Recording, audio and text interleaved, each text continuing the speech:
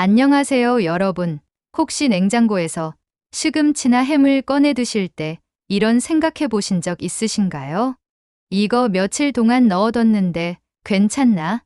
아마 대부분 냉장고에 넣어두면 안전하다고 생각하시겠지만 실제로는 냉장고 안에서도 우리가 모르는 위험한 변화가 일어나고 있습니다. 오늘은 정말 충격적인 사실을 알려드리려고 합니다. 우리가 건강하다고 생각하는 시금치와 매일 먹는 가공 육류가 냉장고에서 보관되는 동안 발암물질로 변화한다는 사실 말입니다. 이게 과연 사실일까요? 그리고 우리는 어떻게 대처해야 할까요? 혹시 여러분도 이런 경험 있으시죠? 시금치를 사서 냉장고에 넣어두고 며칠 뒤에 꺼내서 요리했는데 뭔가 맛이 이상하다거나 색깔이 변했다거나 하는 경험 말입니다. 바로 그 순간 여러분이 모르는 사이에 발암물질이 생성되고 있었던 것입니다. 먼저 시금치부터 살펴보겠습니다. 시금치는 질산염이 풍부한 채소로 알려져 있습니다. 질산염 자체는 무해하지만 냉장고 내부의 특정 조건에서 질산염이 아질산염으로 변환되는 과정이 일어납니다.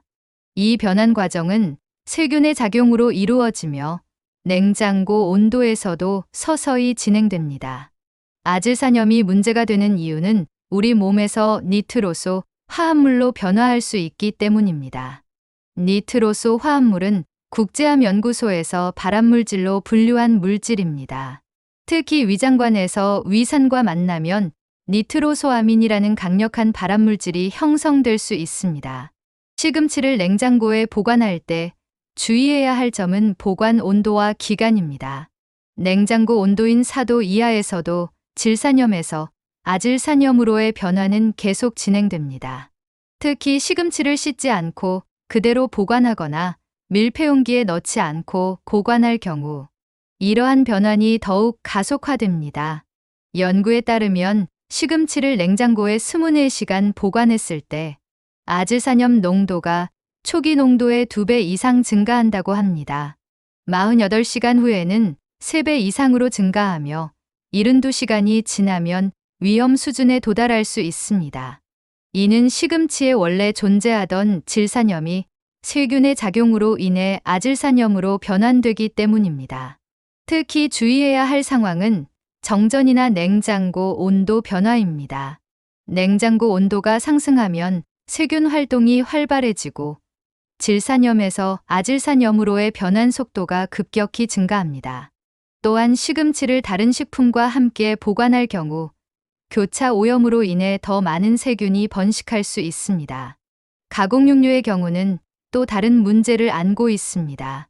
햄, 소시지, 베이컨 등의 가공육류에는 발색제와 보존제로 아질산나트륨이 첨가됩니다. 이 아질산나트륨은 육류의 붉은색을 유지하고 보툴리누스균의 번식을 억제하는 역할을 합니다. 하지만 냉장고에서 보관되는 동안 이 아질산나트륨이 육류의 단백질과 반응하여 니트로소 화합물을 생성할 수 있습니다. 가공육류에서 니트로소 화합물 생성은 여러 요인에 의해 영향을 받습니다. 첫째, 보관 온도가 중요합니다. 냉장고 온도에서도 화학 반응은 계속 진행되며 온도가 높아질수록 반응 속도가 증가합니다. 둘째, 보관 기간이 길어질수록 니트로소 화합물의 농도가 증가합니다. 셋째, 포장 상태가 중요합니다. 진공 포장된 제품보다 개봉된 제품에서 니트로소 화합물 생성이 더 활발합니다. 연구 결과에 따르면 가공육류를 냉장고에 일주일 이상 보관했을 때 니트로소 화합물 농도가 초기 농도의 5배 이상 증가한다고 합니다. 특히 햄과 소시지에서 이러한 증가가 더욱 두드러집니다. 베이컨의 경우는 지방 함량이 높아 니트로소 화합물의 생성이 상대적으로 느리지만 그래도 시간이 지남에 따라 증가하는 것으로 나타났습니다. 가공육류에서 또 다른 문제는 산화 과정입니다. 냉장고에서 보관되는 동안 육류의 지방이 산화되면서 알데하이드와 케톤 같은 산화 생성물이 만들어집니다. 이러한 산화 생성물은 아질산나트륨과 반응하여 더 많은 니트로소 화합물을 생성할 수 있습니다. 특히 가공육류를 개봉한 후 공기에 노출시키면 이러한 산화 과정이 가속화됩니다. 냉장고 내부의 환경, 조건도 중요한 역할을 합니다. 냉장고 내부의 습도가 높으면 세균 번식이 활발해지고 이로 인해 아질산염 생성이 증가합니다. 또한 냉장고 내부의 공기순환이 원활하지 않으면 특정 부분에서 온도가 상승하여 화학 반응이 가속화될 수 있습니다. 냉장고의 구조적 특성도 고려해야 합니다.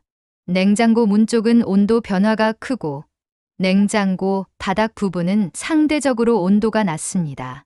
따라서 시금치와 가공육류를 보관할 때는 냉장고 내부의 가장 안정적인 온도를 유지하는 부분에 보관하는 것이 중요합니다. 또한 냉장고 청소의 중요성도 간과할 수 없습니다.